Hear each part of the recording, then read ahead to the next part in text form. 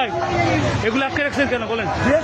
আটকে রাখছেন কেন? পোস্তখোলা জুড়েন চাঁদাবাজি শুরু হয়েছে, চাঁদা নিতেছে 40 টাকা গাড়ি প্রতি। এটা চাঁদা না দিলে আরো ড্রাইভারকে মারধর করে। এটা কারা? এটা পোস্তখোলার লোক। এই চাঁদাবাজির প্রতিবাদে রাস্তা আটকে রাখছেন? আমরা পোস্তখোলা ব্রিজ অনির্দিষ্টকালের জন্য ধর্মঘট ডাক দিচ্ছি। চাঁদার বিষয় নেওয়া বন্ধু বাংলাদেশ কোনো চাঁদা করা হলেও ঠেকা নিব, ঠেকা না। আমরা চাঁদাবাজের বিপক্ষে, ওদের গালে জুতা মারি, চাঁদাবাজের গালে জুতা মারি। ওই পাশ জুড়েন পোস্তখোলার লোকজন। লোকজন কারা? কোন দলের?